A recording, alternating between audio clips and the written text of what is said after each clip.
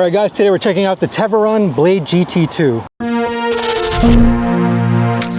All right, so on first glance, this is a high-powered dual-motor scooter, black and orange colorway. It's also got a steering damper, which we'll get into later. Anyway, let's go through all the features. Here we have 11-inch self-sealing tubeless tires. The tread is a street tread, as you can see. It could handle some off-road, but will probably be slippery. Integrated front fender. Like I said, here's a steering damper. You can also adjust it over here. So this actually improves stability at higher speeds. We will take this thing on a high-speed test, so we'll see if that works. Heavy duty latch over here. There's a charging port on the right side as well as the left side. So if you want to rapid charge this thing, hook up 2 chargers. So this is a dual motor system, front and rear. And together you have 3200 watt rated, 4900 watt peak power. I believe this can hit over 50 miles per hour, which we'll test on the Dragy. You got a monoshock for the front suspension. Looks like you can adjust the preload, but that's about it. Might be hard to see, but you have some ambient side lighting on the deck itself, as well as ambient lighting on the stem. This can be controlled through the app, which I'll show you guys in a second how that works. Center mounted color LCD display, ergonomic rubber grip. You got the headlight control. So this is a super bright 2000 lumen headlight. A look at the Blade hydraulic brakes. This also utilizes NFC cards, so if you power on over here, hold it down, you're going to see the logo start blinking over here, and then you take NFC card, put it on the display, and it'll log you right in. And then the display controls as well as the finger throttle. This is a really interesting throttle. I've never really seen this system before, but basically you control it using your index finger. Now, I'm used to full twist, half twist, and even thumb throttle. So something like this, I think, will be very unusual. I mean, I could see how it can be intuitive, but I kind of like to keep my index finger and my middle finger close to the brakes. That's just what I'm used to, but we'll get used to it. Shouldn't be an issue. You got the integrated horn, and then you have the turn signals. Right now I have both of them on, so they're functioning as hazard lights. Here's what the left side looks like. Front, left side, rear, right side, rear, right side, front. So you have different power modes. I think it's 1 to 5. You also have different motor modes. So you could do rear wheel drive, front wheel drive, or all wheel drive. You also have integrated rear headlight over here. Has brake functionality, so when you squeeze the brakes, it gets brighter. Very large foot deck, very grippy. It does feel a little bit compact. And then this is what the rear footrest looks like. Not bad. It is a little bit flimsy. It's just a cover, so it's not actually, a hard piece that you can lift with your hand. You don't want to just lift this piece because it'll probably crack off. I do like when the footrest is actually integrated into the frame. It just makes it feel more stable, but also when you carry it, having it act as a handle is usually useful. So you don't get that with this scooter, but it's fine. A look at the rear suspension shock. Again, the only adjustment seems to be the preload. Integrated rear fender, and then a look at the hydraulic disc brakes in the rear. Blade disc brakes. Kickstand is on the left side in the rear. And then here's what the hydraulic disc brakes on the front look like. And then for battery, we have a 60 volt, 26 amp hour battery inside the deck. And then Teverun says you could get up to 50 miles of range, depending on power level, rider weight, and terrain. The frame is also made out of aluminum alloy. And the total weight of this electric scooter is about 83 pounds. All right, so this comes with a smart app where you can change some of the controls. So you just have to kind of create a login and then connect to the scooter using Bluetooth. And this is what the home screen looks like. You could enable the kickstart down here, and then if you hit the motor icon, you could change from front wheel drive, all wheel drive, or rear wheel drive. You could lock the scooter. Not sure if that works. Doesn't seem to be letting me change anything. RGB mode, so you could change the different colors, right? So blue, red, green, purple, that kind of thing. And you can also change the brightness. You also get into settings, advanced settings, cruise control, leave that off, kickstart, safe mode, not sure what that is, anti-theft mode.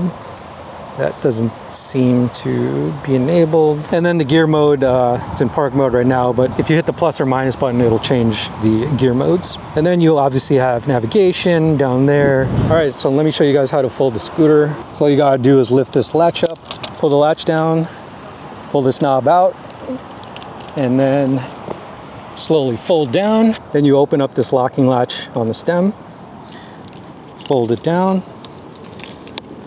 hooks in under here, and then you can lift up the scooter, but super heavy, right? Dual motor. Would be pretty tricky to lift this thing up a flight of stairs. Definitely want dedicated storage for sure for something like this. So now that we've gone over all the features of the Teverun Blade GT II, let's take it out for its first ride. 3, 2, 1.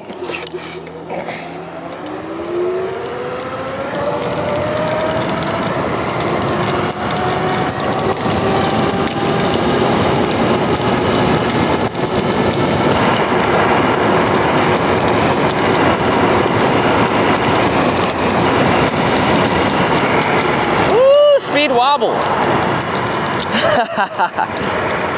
All right, it's about all I'm willing to give her right there. That was wide open for as long as I could do it and downhill. But it started getting speed wobbles at really high speeds. I might have to up the speed dampener a little bit more. Oh man, it's too fast. All right, we are gonna turn around and try that again. The brakes were good though. 3, 2, 1.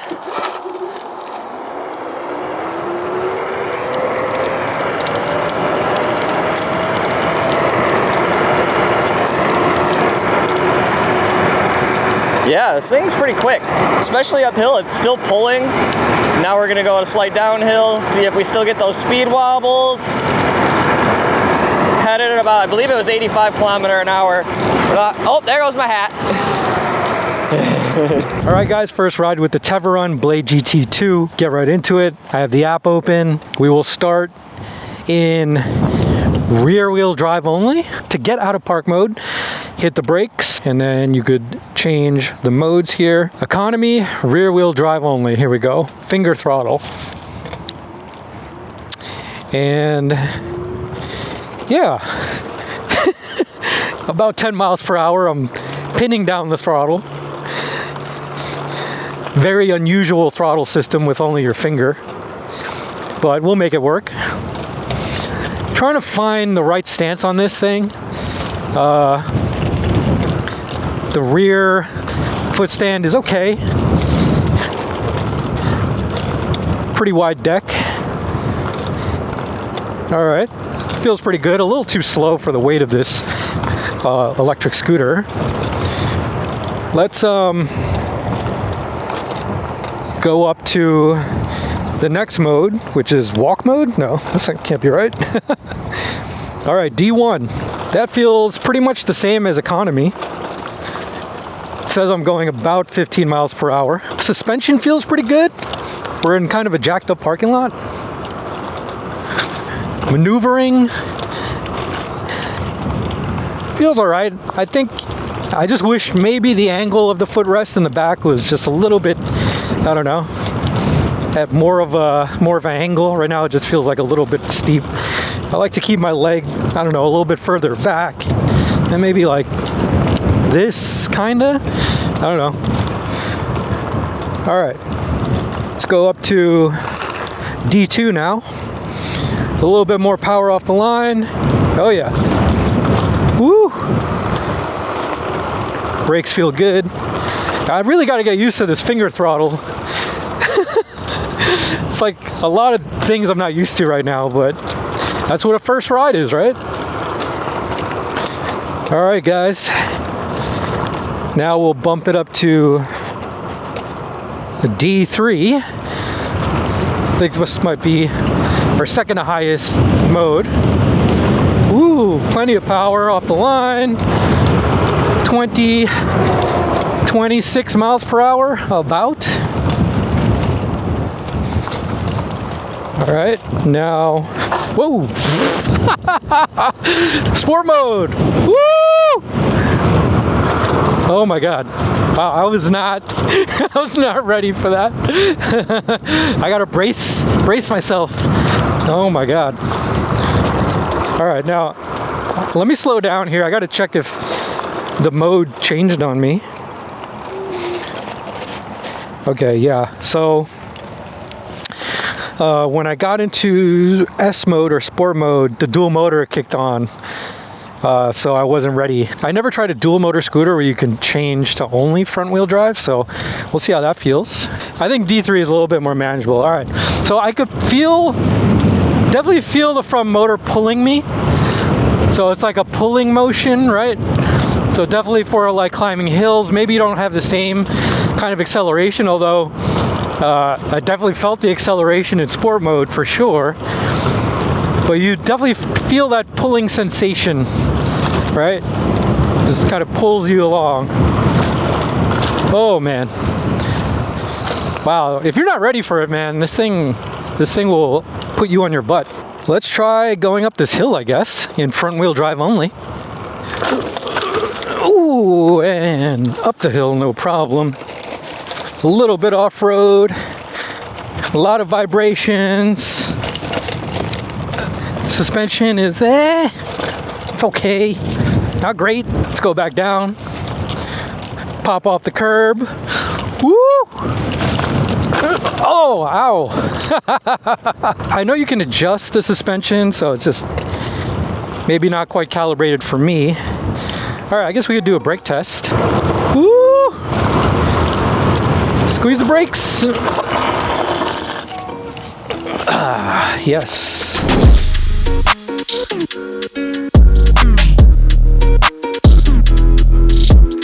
So let's recap the specs. The Blade weighs in at 83 pounds and is built on a solid aluminum alloy frame. It has a bold, futuristic look and features an integrated 2000 lumen headlight, tail light with brake response, and ambient RGB lighting. Front and rear turn signals come standard, making it more visible in traffic and night rides. It has dual motors rated at 3,200 watts and peaks at 4,900 watts. This gives it a top speed of about 50 miles per hour. A 60-volt, 26 amp-hour battery supports up to 50 miles of range, depending on terrain and riding mode. For control, the scooter has front and rear suspension, 11-inch self-sealing tubeless tires, and hydraulic disc brakes. An adjustable steering damper keeps it stable at higher speeds. And smart features like NFC key lock and app control round out the setup. This finger trigger throttle thing is definitely something to get used to, but like, I don't know, it's not unnatural. It just feels weird at first. Definitely something that is a learning curve, but I don't think it's a very steep one. So going up this hill, dual motor mode, hardly on the throttle, didn't even struggle. If you're in a place where the elevation changes a lot, you're really gonna appreciate the power of the scooter. I mean, it's just gnarly. The suspension, a little too stiff for off-road for me. You definitely feel all the vibrations. Let's do the curb test here. For a curb though, the stiffness is good though. It's refreshing. You don't bottom out. You're not breaking your knees or nothing, so that feels really good. But I'm telling you, this thing is just so touchy. I mean, in the way that you have to hold everything, it just feels a little weird, but your fingers are always able to be on the brakes. Granted, you only have 2 fingers and your thumb holding the right side of the handlebars. You have everything holding the left side other than your brake finger, so that's nice. I mean, I would much rather have my thumb around the right side of the handlebar than having to use it for a throttle. But I still think that half twist throttles are the best thing for a scooter like this. Granted, I know whiskey throttles are easy with twist throttles, but a half twist you're able to like let go with your palm and stuff versus like a full twist where you would definitely whiskey throttle. But yeah, I mean, the brakes on this thing feel like really well balanced. Like a lot of scooters that you ride, the brakes are either too touchy or not touchy enough. These ones, they work perfect. So no complaints there, and here we go. Front tire is losing grip, but we made it. I got scared of the bump at the end, but yeah, the scooter definitely made that no problem, and that is a very, very, very steep incline. The tune on this thing, pretty good. Mode 5 is a bit extreme, but if that's what you're buying the scooter for, then it's definitely ticking that box in the power department. So yeah, definitely a super good scooter, definitely super fun to ride. A little bit to get used to, but it's just because it's different, and different doesn't always mean bad, it's just different. Wow, very powerful scooter. Took a little bit of time to get used to figure out the riding modes. I'm not quite sure why it automatically changes to all-wheel drive when you go into sport. Maybe that's just like a default setting. It was a little twitchy when we were trying to change it only through the display controls. So that's why I have the app set up, just because it's easier to kind of like hit the icons. The tune is pretty decent, but once you hit sport mode, either in front-wheel drive, rear-wheel drive, or all-wheel drive, it is a lot of power, and you really have to brace yourself before you take off, even with just like a little bit of throttling. I'm used to a full twist throttle or a half twist throttle or even a thumb throttle, but the finger, I don't know, it's a little bit unnatural to me, but I'm sure you could get used to it with enough practice. The foot deck was good. It's nice and wide.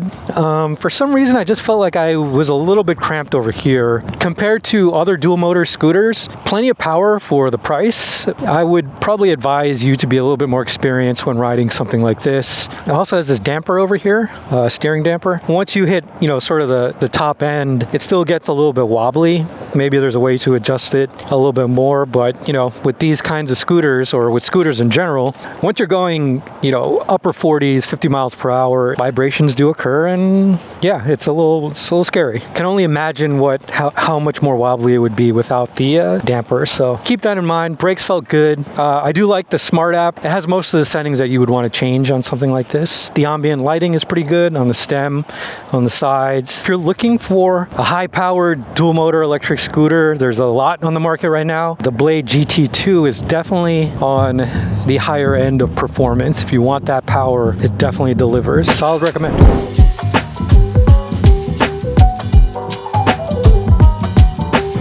So here's what we like. The Teverun Blade GT II brings serious power for its price, with dual motors that deliver strong torque and quick acceleration. It also has the convenience of Smart app control and a steering damper to avoid speed wobbles. But here's some things to think about. The suspension can feel a little stiff, the finger throttle has a learning curve, and the overall performance may be overwhelming for new riders. So what do you think of the Teverun Blade GT II? Let us know in the comments below, and we'll see you guys in the next video.